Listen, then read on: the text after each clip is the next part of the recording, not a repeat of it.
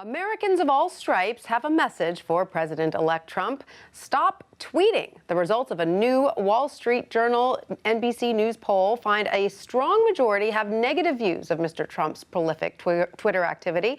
And joining us to discuss is WSJ reporter Janet Hook. Welcome, Janet. Thanks for being with us. Sure. So, Janet, this poll finds that the dislike of Trump's tweeting is not partisan.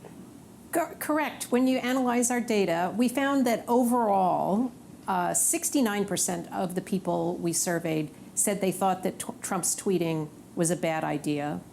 And when we looked specifically by party, indeed, more Democrats than Republicans thought it was a bad idea.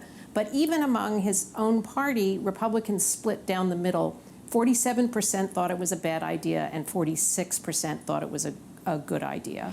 Now, what about millennials, Janet? I mean, they are the social media generation, after all. What does the poll show that they think of Mr. Trump's tweets?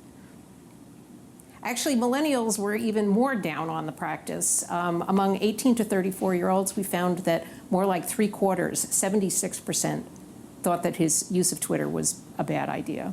And what were the main reasons that respondents gave for disliking all of this Twitter activity?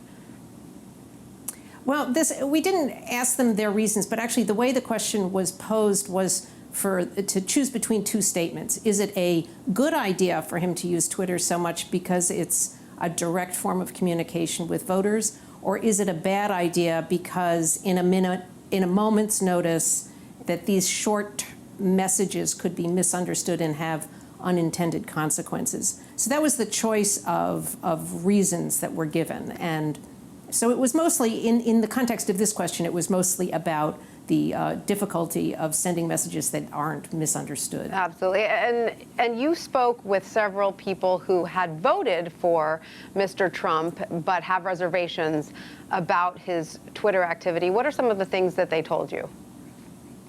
Right. That was interesting because I was talking to these voters in kind of an open-ended way, asking, so what do you think of how Trump has been handling the transition? And unprompted by that specific question, several of them mentioned that they thought that his use of Twitter was kind of unpresidential. They particularly disliked when he hit targets that seemed kind of beneath the presidency, like, actresses and Saturday Night Live.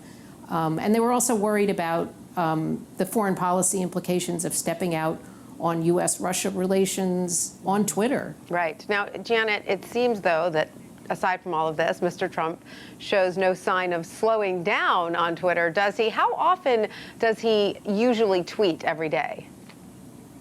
Oh, I haven't counted, but it's his favorite time to tweet is first thing in the morning, like really early in the morning. He often puts out kind of a stream of tweets at 6:30 in the morning.